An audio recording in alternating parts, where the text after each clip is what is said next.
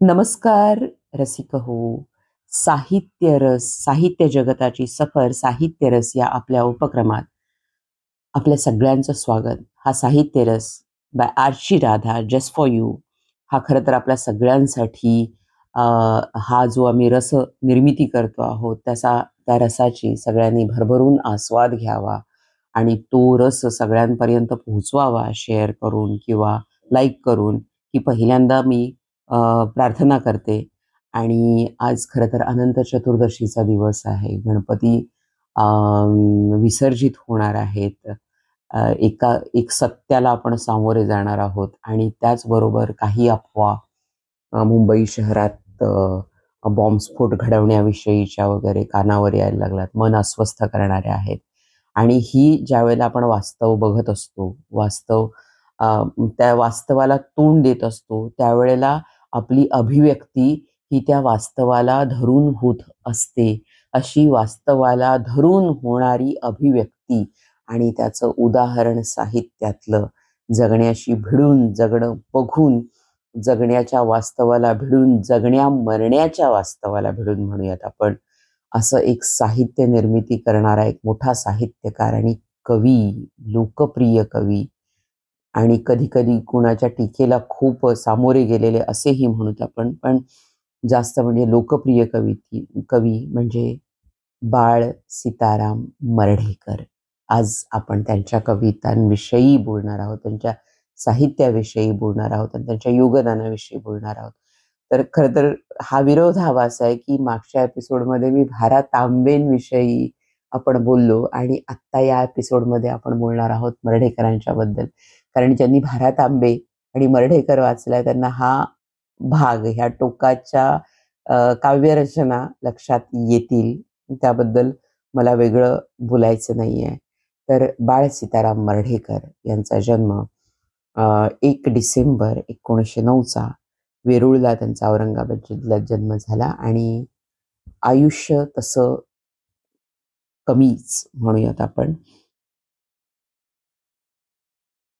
1956 20 मार्चला त्यांचा मृत्यू झाला. आपण यांना मराठी नवकाव्याचे प्रवर्तक असं म्हणतो आणि खरंच आहे ते. मराठी नवकाव्याचे प्रवर्तक आहेतच ते, कारण त्यांनी ज्या पद्धतीनं साहित्याकडं पाहिलं आणि नवीन गोष्टी मराठी साहित्यात आणल्या, त्यात आणि ज्या कवितांमध्ये त्यांच्या साहित्यामध्ये ज्या प्रतिमा वापरल्या, सौंदर्यशास्त्र ज्या पद्धतीचं वापरलं त्यांनी, त्यामुळे त्यांना नव्या काव्याचे प्रवर्तक असं आपण म्हणूया. आणि भाषाप्रभू आहेत.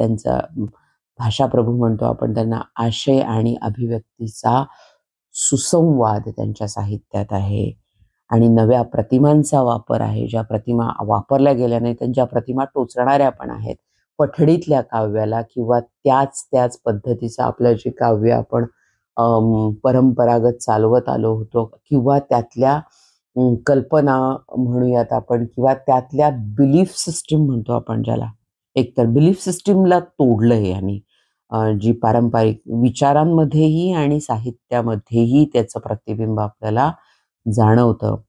आणि विशेषतः मरण म्हणजे जीर्ण वस्त्र ही आत्ताची टाकून द्यायची आणि नवीन वस्त्र धारण करायचं आत्म्यानं वगैरे, अशा संकल्पनापासून फारकत घेऊन जगणं आणि मरणं यातलं युद्ध आणि युद्धातलं जगणं मरणं काय, म्हणजे याला असं भिडणं आहे, जाऊन वास्तवाला भिडणारं त्यांचं साहित्य आहे.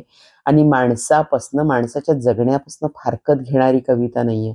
त्याच्यातल्या जगण्यातल्या समस्या, नैराश्य, जगण्यातलं वैफल्य, विषण्णता या सगळ्या गोष्टी घेऊन त्यांच्या कविता आपल्या समोर येतात आणि त्या त्यांच्या अनुभूतींशी अत्यंत प्रामाणिक आहेत. म्हणून मर्ढेकरांचं काव्य हे वेदनेचं काव्य आहे असं म्हटलं जातं. तर या मर्ढेकरांचं शिक्षण सारं, वास्तव्य हे मुंबईत आणि इंग्लंडमध्ये झालंय. म्हणजे अर्बन लाईफ जास्त जगलेला हा माणूस आहे. अर्बन लाईफ आणि त्या शहरी जगण्यातलं वास्तव्य, त्यातली दुःख आणि त्यावेळची परिस्थिती हा खरं तर सगळ्यात मोठा भाग आहे त्यांच्या अभिव्यक्तीचा. तो आपण पुढे त्याची चर्चा करूच. पण कारण हा सगळा भाग आहे, हा त्यांच्या जीवनाचा हा जीवनकाल आपण जर घेतला तर त्यांना समज 1909चा जन्म असेल तर समज आल्यापासून त्यांनी फक्त संग्राम बघितलेला आहे. कारण आपल्याकडं भारताच्या स्वातंत्र्यासाठी सुरू झालेला तो सगळा चळवळीचा काळ, स्वातंत्र्याच्या चळवळी आणि जागतिक पातळींवर झालेली 2 महायुद्ध, विशेषतः दुसऱ्या महायुद्धाचा परिणाम अत्यंत खोल आहे त्यांच्या लेखनावर, असं जाणवतं आपल्याला त्यांचं लेखन वाचताना. आणि त्यांच्या कविता संग्रहासोबतच त्यांच्या 3 कादंबऱ्याही आहेत. रात्रीचा दिवस, तांबडी माती, पाणी या त्यांच्या 3 कादंबऱ्या. आणि सौंदर्य आणि साहित्य हा त्यांचा मराठी साहित्यातील सौंदर्यशास्त्र आणि कलादर्शनावर त्यांनी जे विचार मांडलेले आहेत, हे जे सैद्धांतिक लेखन केलेलं आहे, त्याचा हा एक अतिशय महत्त्वाचा ग्रंथ आहे हा. जो आपण नवसाहित्य म्हणतो किंवा नवकवितेचे प्रवर्तक म्हणतो, त्यावेळेला हा भाग वाचनीय आहे, वाचणं महत्त्वाचं आहे. कारण त्यामध्ये त्यांनी सौंदर्य म्हणजे काय आणि कला आणि साहित्य यांचं नातं काय आहे आणि कलेचं स्वरूप, त्याचा अभ्यास याविषयी चर्चा आहे. साहित्य किंवा कुठलीही कला हे केवळ मनोरंजनाचा भाग नसतो खरं तर. ते कसं येतं? ते जगण्यातल्या उपरोधानं पण येतं. जगण्याकडं आपण कसे बघतो आणि आपण जगण्याला कसे भिडतो आणि त्यावेळची परिस्थिती काय आहे? सगळं गुडी छान, स्वर्गातल्या रम्य कल्पना, खूप छान असं कलेला वेगळं नाही काढता येत जगण्यापासनं.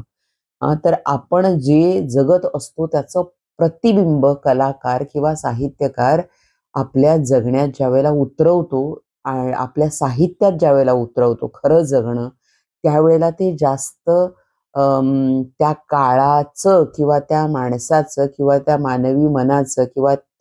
मानवी मनाचं त्या काळच्या प्रतिनिधित्व करणारं असं ते लेखन असतं आणि त्यातलं सौंदर्य खरं असतं जास्त. आणि त्यामुळे ही सौंदर्याची जी कलामूल्य आहेत ही सापेक्ष असतात आणि ती बदलणारी असतात, हे त्यांनी मांडलंय. आणि कांट, हेगेल यांच्या विचारांचा प्रभाव त्यांच्यावर आहे. क्रोशेच्या सौंदर्यशास्त्राचा प्रभाव आहे.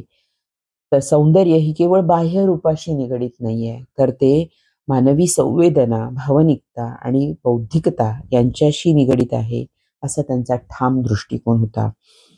हा खूप मौलिक ग्रंथ आहे आणि त्यानुसार दुसरा पुस्तक म्हणजे कला आणि मानव.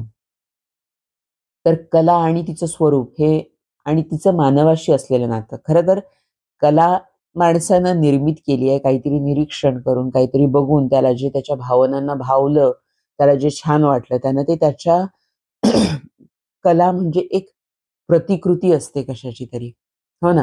आपण निसर्गातलं काहीतरी सौंदर्य बघतो आणि मग ते शब्दात उतरवतो आणि ते शब्दांना पुन्हा मुलामा देतो आपल्या कल्पनाशक्तीचा आणि ते जास्त सुंदर करतो.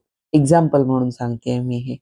तर अशा पद्धतीनं त्याला आपण आपल्या जगण्यापासून वेगळं, आपल्या ज्ञानेंद्रियांना, कर्मेंद्रियांना ज्या संवेदना जाणवतात किंवा जे कार्य ते करतात त्यापासून वेगळं काही आपल्याला करता येतं असं नसतो भाग. तर तो त्याचा रस असतो एक. आपली ज्ञानेंद्रिय ज्या पद्धतीनं ते सगळं ज्ञान घेतात आणि कर्मेंद्रिय ज्या पद्धतीनं त्याला रिस्पॉन्ड करतात, त्या पद्धतीनं एक अभिव्यक्ती आपल्या जगण्यातनं येत असते. तर या कलेचं स्वरूप किंवा मानवाच्या अनुभवांची आणि भावनांची, सामाजिक जाणीवांची अभिव्यक्ती असते कलेचं स्वरूप म्हणजे. आणि त्यावेळेला मग त्यावेळची सामाजिक परिस्थिती असेल, संस्कृती, परंपरा याचा त्या कलेवर परिणाम होत असतो. आणि कला हा आपल्या काळातील सामाजिक आणि मानसिक परिस्थितीचं प्रतिबिंब अशा पद्धतीनं कलाकार आपल्या कलाकृतीतनं आणत असतो. आणि म्हणूनच कलेचं आणि मानवाचं नातं हे कशा पद्धतीनं आहे आणि कशा पद्धतीनं असतं हे कला आणि मानव या त्यांच्या लेखनात आपल्याला आढळून येतं. खरं तर माणसाच्या भावविश्वातली गुंतागुंत, त्याच्या जगण्यातली वेदना, त्याला होणाऱ्या विविध भावना, आनंद, हर्ष, दुःख, त्याच्यासमोर भेडसावणारे प्रश्न, हे सगळे या सगळ्याचे शोध खरं तर माणूस कलेतून घेत असतो, अभिव्यक्त करत असतो आणि कलेमुळं मानवाच्या संवेदनशीलतेला आणि कल्पनाशक्तीला आणि विचारांना विस्तार मिळतो, असं मर्ढेकरांचं मत आहे. आणि खरं तर आधुनिक दृष्टिकोन आहे हा कवितेकडे बघण्याचा आणि त्यांच्या मांडणीतही तो आलेला आहे. खरं तर मर्ढेकरांचा काळ हा मी जसं म्हटलं की पहिल्या दुसऱ्या महायुद्धाचा काळ आहे. आता मी एक उदाहरण सांगते. आपण सगळेजण इतिहास वाचलेला आहे, इतिहास माहीत आहे आपल्याला. तर पहिलं आणि दुसरं महायुद्ध खरं तर भारतासारख्या देशाला त्या युद्धात ओढलं गेलेलं आहे. दुसऱ्या महायुद्धात तरी आपण अक्षरशः आपल्याकडं एक स्वातंत्र्याचं गाजर ठेवलं असं म्हणेन मी आपल्यासमोर आणि आपल्यातल्या सळसळत्या तरुणाईला युद्धात ओढलं गेलं त्या पिढीला आणि त्या पिढीत आपल्याला हजारो सैनिक आपले मारले गेले, रक्ताचे पाट वाहिले. कशासाठी? कुणाच्या तरी साम्राज्यवादासाठी, कुणाच्या तरी अहंकारासाठी भारतातले लोक आपण बळी पडलो. ही खरं तर मनाला खूप विषण्ण करणारी अशी गोष्ट आहे आणि त्यात पण किती विचित्रपणा आहे बघा नियतीचा किंवा काय. भारतातले लोक भारतीयच एकमेकांशी लढून गतप्राण झालेले आहेत खरं तर दुसऱ्या महायुद्धात. दुसऱ्या महायुद्धात आझाद हिंद सेना ही जपानकडून लढली आणि भारतातले हे आपण सो कॉल्ड गुलामगिरीत पिचलेले आणि ओढवून घेतलेले दुसऱ्या महायुद्धात जे सैनिक आहेत, ब्रिटिश सैनिक म्हणून आपण ज्या वेळेला लढलो, ते ब्रिटिशांकडून लढलो. म्हणजे भारतातल्याच माणसांनी, भारतीय बांधवांनी एकमेकांनी एकमेकांसमोर उभं राहून कुणासाठी तरी, कुणाच्या तरी अहंकारासाठी एकमेकांवर संगिनी रोखल्या, रक्तपात केले. त्यावेळेला नक्की काय मानसिकता असेल? कशासाठी हे ओढले गेले? एकतर दारिद्र्य, पराधीनता, पराकोटीचं दुःख आणि त्या दुःखाला जरा शीतलतेचा मुलामा देणारा पगार भाकरीचा तुकडा, हाच भाग होता का? काय होतं? एक ज्वाज्वल्य अभिमान असावा का? निश्चितच नाही. जे ब्रिटिशांकडून लढले त्याच्या बाबतीत तरी अजिबात म्हणता येणार नाही. आझाद हिंद सेनेकडून जे लढले त्यांच्यात तो भाग असेल, ते देशप्रेम असेल. पण हे काय?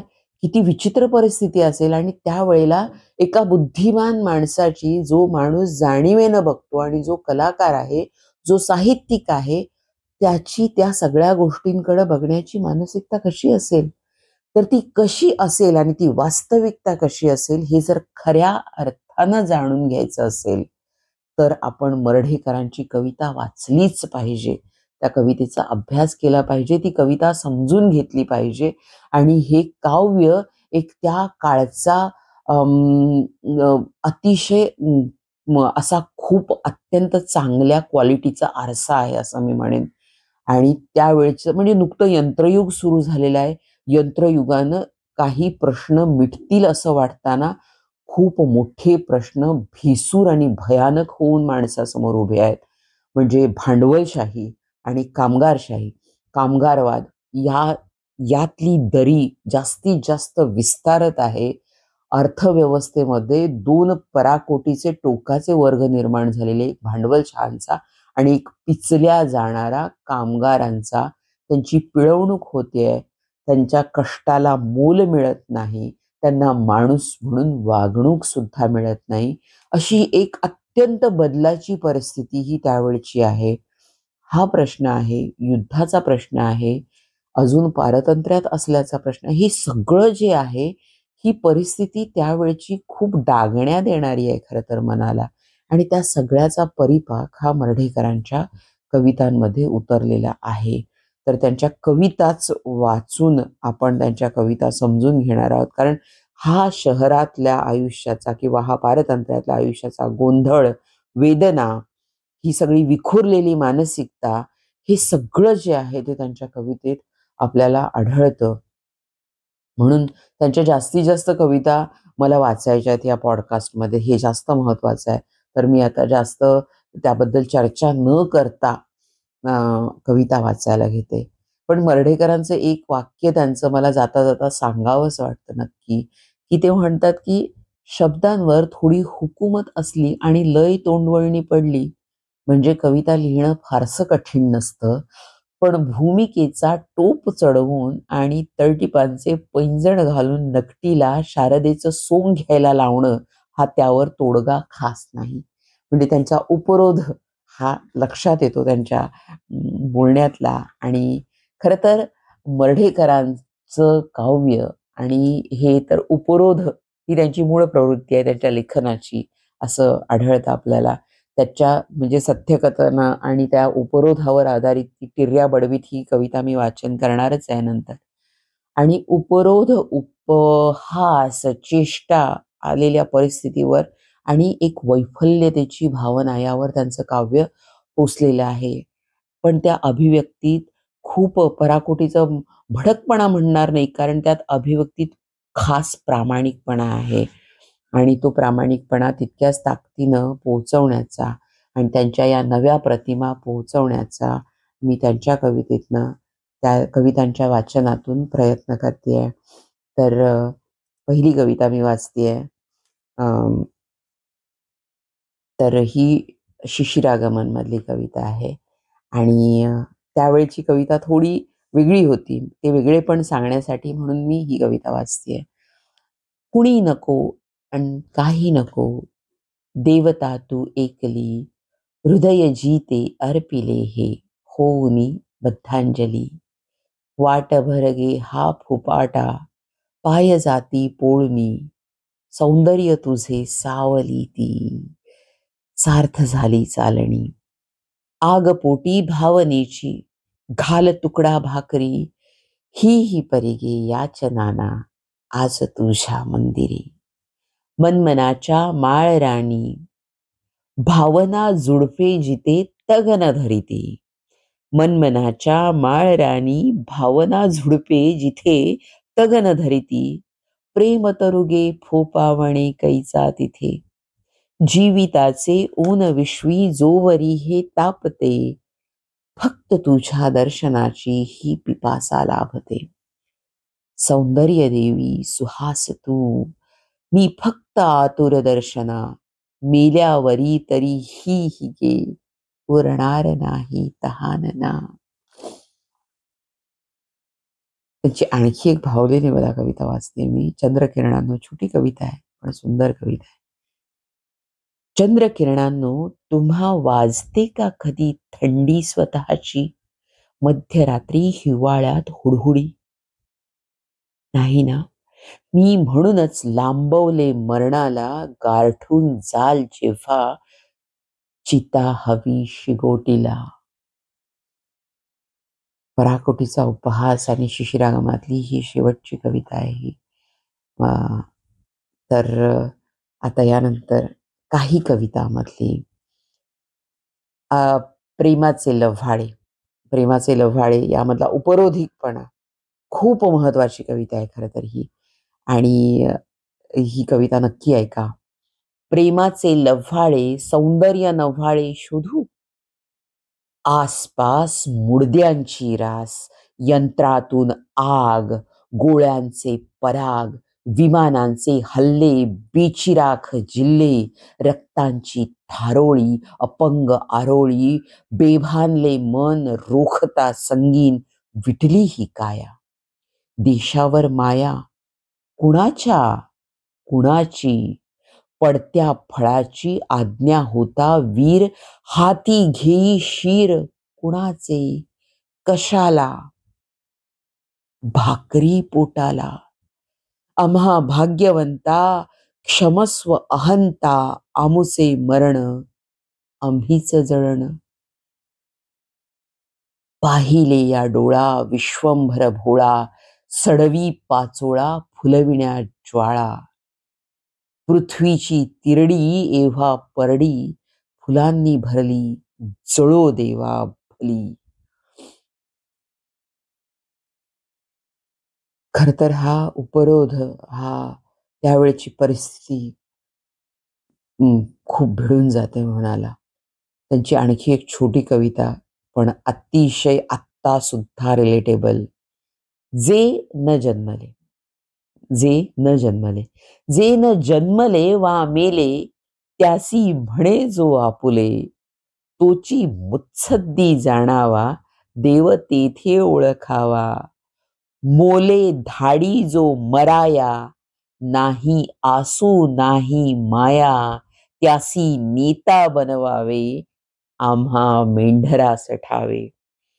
खूप उपरोधी, ज्यानं त्यानं वाचकानं हा भाव नक्की समजून घ्यावा. लोक हो, जे न जन्मले वा मेले, त्यासी म्हणे जो आपुले, तोची मुत्सद्दी जाणावा, देव तेथे ओळखावा.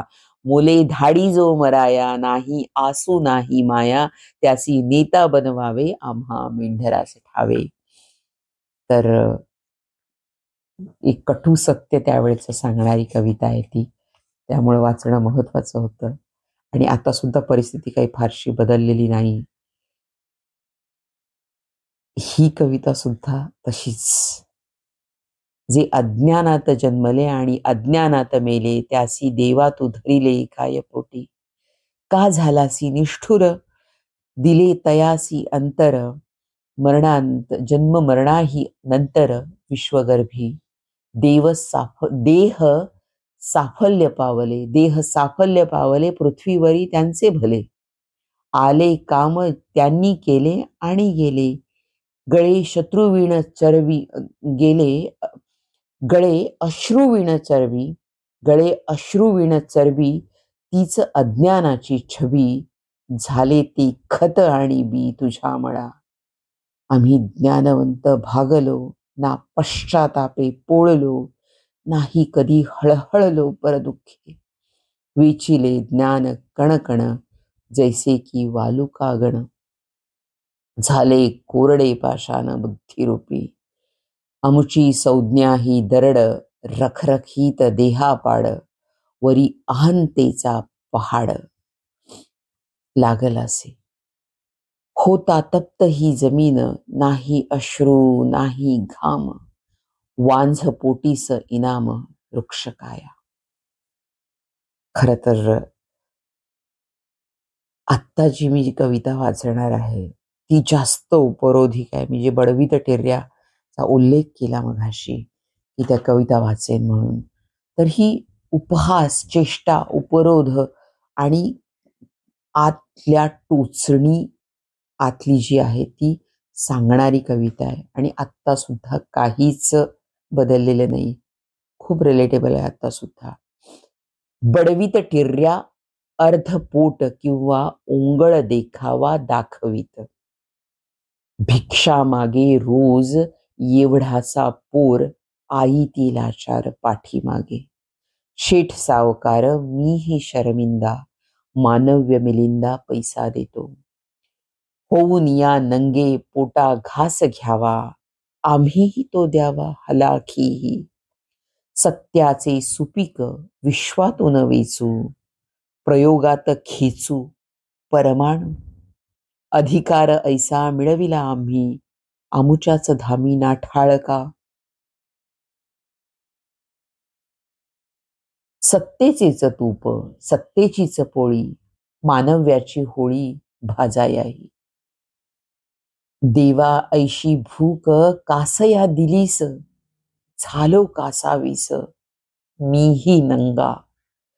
नंग्याचाच आता येथे कारभार, कोंडी आरपार फोडायाही. तिर्या अर्धपोट जोवरी आहेत, ओंगळ समस्त आम्ही नंगे. खूप भडक आहे ती कविता खरं तर, पण अशी भडक कविता लिहिणारा माणूस ही कविता लिहितो. ही कविता ऐका. पोर सौदा होतीस. पोर सौदा होतीस काल परवा पावेतो. होता पायातही वारा काल परवा पावेतो. होतीस पोर सौदा होतीस काल परवा पावेतो. होता पायातही वारा काल परवा पावेतो. आज टपोरले पोट जैशी मोगरीची कळी. पडे कुशिंतुद पायी छोट्या जीवाची साखळी. पोर सौदा होतीस काल परवा पावेतो. पोर सौदा होतीस काल परवा पावेतो. थांब उद्याचे माऊली तीर्थ पायाचे घेईतो. थांब उद्याचे माऊली तीर्थ पायाचे घेईतो. मर्ढेकरांची प्रार्थना, जसं ज्ञानोबारायांनी पसायदान वाचलं, पसायदान ऐकावं दिलं, भगवंताकडे प्रार्थना केली विश्वहिताची, विश्वशांतीची, विश्वसुखाची. तसं ही प्रार्थना मर्ढेकरांची नक्की वाचनीय. आम्हाला ही पाठ्यपुस्तकाला होती. काही कडवी त्यातली वगळून होती, पण आम्हाला अभ्यासाला होती ही कविता. प्रार्थना म्हणूया त्यांची. भंगू दे काठिन्य माझे. भंगू दे काठिन्य माझे. आम्ल जाऊ दे मनीचे. येऊ दे वाणीत माझ्या सूर तुझ्या आवडीचे. ज्ञात हेतूतील माझ्या दे गळू मालिन्य आणि माझी या अज्ञात टाकी स्फूर्ती केंद्री तद्बियाणी. राहू दे स्वातंत्र्य माझे फक्त उच्चारातले गा. अक्षरा आकार तुझ्या फुफ्फुसांचा वाहू दे गा. लोभ जिभेचा जळू दे. दे थिजू विद्वेष सारा. द्रौपदीचे सत्व माझ्या लाभू दे भाषा शरीरा. जाऊ दे कार्पण्य मीचे. जाऊ दे कार्पण्य मीचे. दे धरू सर्वास पोटी. भावनेला येऊ दे गा शास्त्र काट्याची कसोटी. खांब दे ईर्षेस माझ्या बाळगू तुझ्या तपाचे. नेऊ दे तीतून माते शब्द तुझ्या स्पंदनाचे. त्वत्स्मृतीचे ओळखू दे माझिया हाता सुकाणू. थोर यत्ना शांती दे गा माझिया वृत्तीत बाणू. आण तुझ्या लालसेची आण लोकांची अभागी. आण माझ्या डोळियांची पापणी ठेवीन जागी. धैर्य दे अन नम्रता दे पाहण्या जे जे पहाणे. वाकू दे बुद्धीस माझ्या तप्त पोलादाप्रमाणे. घेऊ दे आघात तिते इंद्रियाद्वारा जगाचे. पोळू दे आतून तिते गा अतिंद्रियार्थ आचे. आशयाचा तूच स्वामी शब्दवाही मी भिकारी. मागण्याला अंत नाही आणि देणारा मुरारी. काय मागावे परिम्या तूही कैसे काय द्यावे. तूच देणारा जिथे अन तूच घेणारा स्वभावे.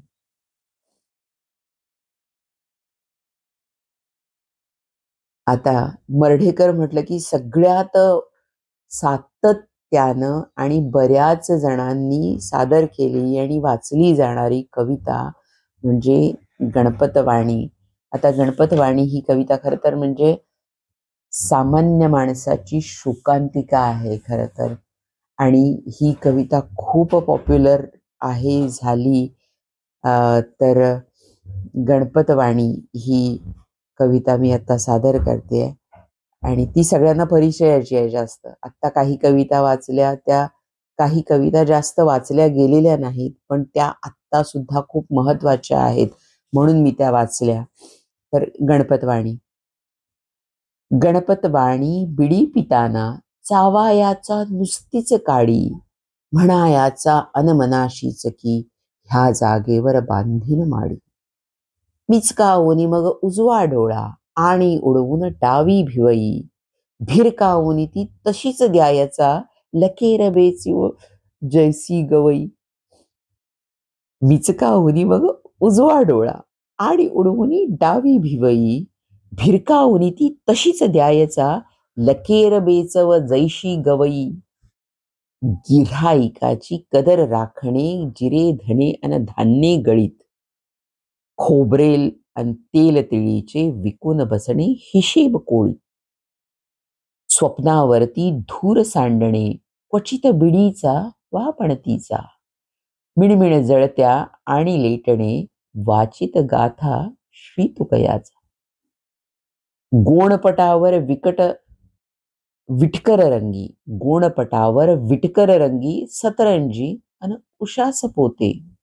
आडोशाला वास तुपाचा, असे झोपणे माहीत होते. काडे गणपत वाण्याने ज्या हाडांचीही ऐशी केली. दुकानातल्या जमिनीसती सदैव रुतली आणि करुतली. काड्या गणपत वाण्याने ज्या चावून चावून फेकून दिधल्या. दुकानातल्या जमिनीसत्या सदैव रुतल्या आणि करुतल्या. गणपतवाणी बिडी बापडा पिता पिताना मरून गेला. एक मागता डोळे दोन देव देतसे जन्मांधाला. तर ही सामान्य माणसाच्या जगण्याची व्यथा शोकांतिका म्हणूयात आपण. पण आणखी एक खूप छान कविता मला खूप आवडली, ती वाचून दाखवणं, कारण ही वेगळी बाजू मर्ढेकरांची. तर दवात आलीस, असं एक प्रखर जगण्याची शोकांतिका आणि हा हळुवारपणा, हे दोन भाग. तर दवात आलीस ही कविता मला त्यासाठी वाचून दाखवावीशी वाटते. दवात आलीस भल्या पहाटी, शुक्राच्या तोऱ्यात एकदा. जवळून गेलीस पेरीत आपुल्या, तरल पावलांमधली शोभा. अडलीस आणिक पुढे जराशी हसलीस. मागे वळून पाहणे विसरलीस का हिरवे धागे. लक्ष कुठे अन कुठे पिपासा, सुंदरतेचा कसा इशारा. डोळ्यांमधल्या डाळिंबांचा सांग धरावा कैसा पारा. अनोळख्याने ओळख कैशी गतजन्मीची द्यावी सांग. कोमल ओल्या आठवणींची इथल्याच जर बुजली रांग. तळ हाताच्या नाजूक रेषा कुणी वाचाव्या कुणी पुसाव्या. तांबूस निर्मल नखांवरी अन शुभ्र चांदण्या कुणी गोंदाव्या. दवात आलीस भल्या पहाटी, अभ्रांच्या शोभेत एकदा. जवळून गेलीस पेरीत आपुल्या, मंद पावलांमधल्या गंधा. जवळून गेलीस पेरीत आपुल्या, मंद पावलांमधल्या गंधा. तर मर्ढेकरांच्या प्रतिमा आणि त्यांची प्रतिभा म्हणूयात आपण. त्यांची एक कविता आम्हाला आणि एक पाठ्यपुस्तकात होती, जी त्यावेळेला, म्हणजे ती खरं तर मला वाटतं 4थीला वगैरे असेल, मला आता नक्की आठवत नाही. पण त्यावेळी ती कविता असणं म्हणजे खरं तर मर्ढेकरांची कविता 4थीला असणं म्हणजे शालेय प्राथमिक शिक्षणात असणं.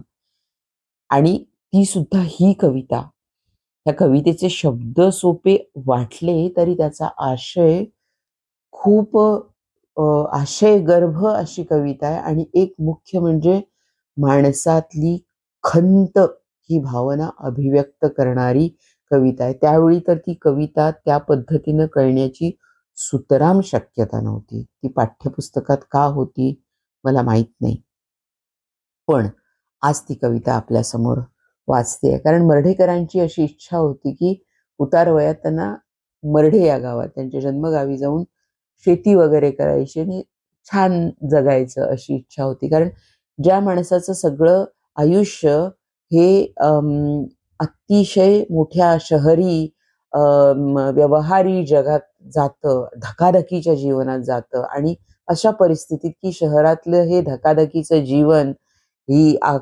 आक्रमकता, त्यावेळचं विखुरलेली ही मानसिकता, भग्नावस्था, युद्धकाळची परिस्थिती, त्यावेळी ओढवलेली सगळी संकटं मानवाच्या जगण्यावरची, ही जेव्हा सगळं माणूस जगत असतो, भोगत असतो जवळून अक्षरशः, त्यावेळी त्याची जी काही ओढ आहे, की त्याच्या जन्मगावाची असेल किंवा त्या शांततेची असेल, त्या सुखाची, त्या समाधानाची एक आंतरिक ओढ आहे आणि ती एक खंत आहे कुठंतरी.